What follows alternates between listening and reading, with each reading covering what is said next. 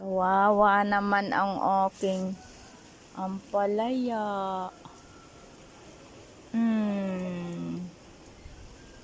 Sobrang lakas ng ulan. Ulan lang naman ang malakas.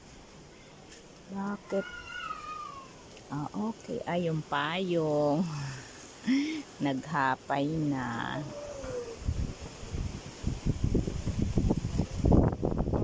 Yung aking mga baka magtumbahan na naman ang saging.